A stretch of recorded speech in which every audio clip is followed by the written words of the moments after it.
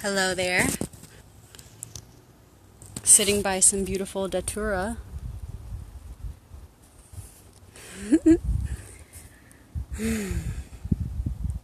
So I wanted to talk about the process of manifestation, the process of manifesting our desires. Obviously, this considers the law of attraction. What am I missing, you ask yourself? What am I missing from the understanding and the use of the law of attraction? What do we begin with when considering the law of attraction and its use and application? What are my desires, right? What is it that I'm wanting to attract? This is the first question that one should ask oneself. What do I want? And then we get stuck. This is a big trap here. After we consider what we want, what we're meant to do is skip right to the meditation upon what it would look like and what it would feel like if it were to come to fruition, if it were to be made manifest. So, we observe what our desires are, we acknowledge what our desires are, and then we immediately begin to think of, envision, and feel what it would be like to have manifested that already. How many of you do this consistently?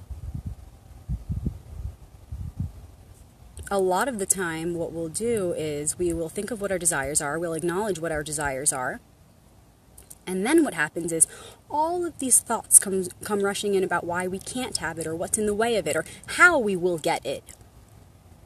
And you think that's positive. Oh, we're thinking of how to get it. That's proactive. But we don't need to even do that much work. That's not why we're here. That's not the way that our mind works. It can be way more effortless, way more graceful.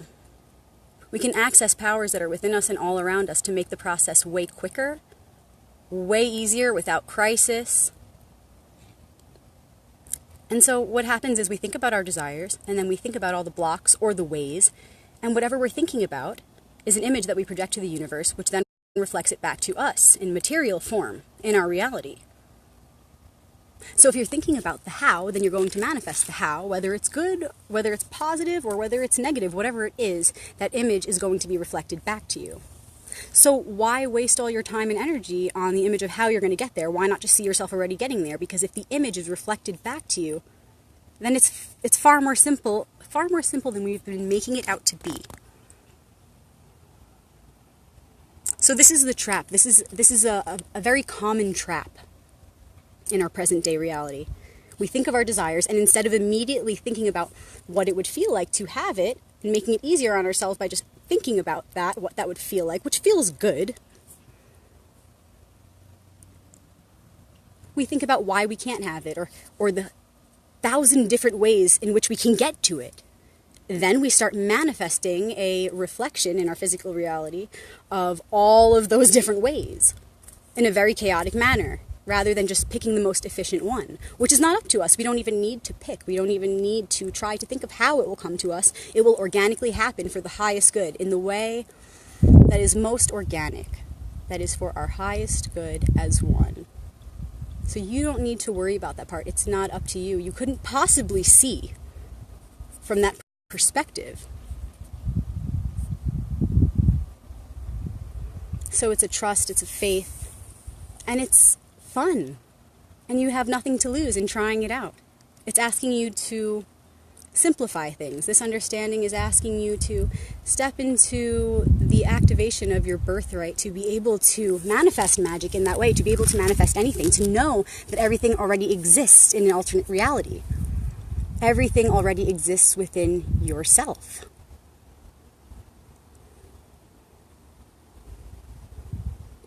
It's asking you to make life a little bit easier on yourself.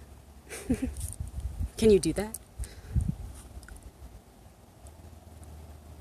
So instead of allowing so many different chaotic thoughts come in, simplify, focus your vision.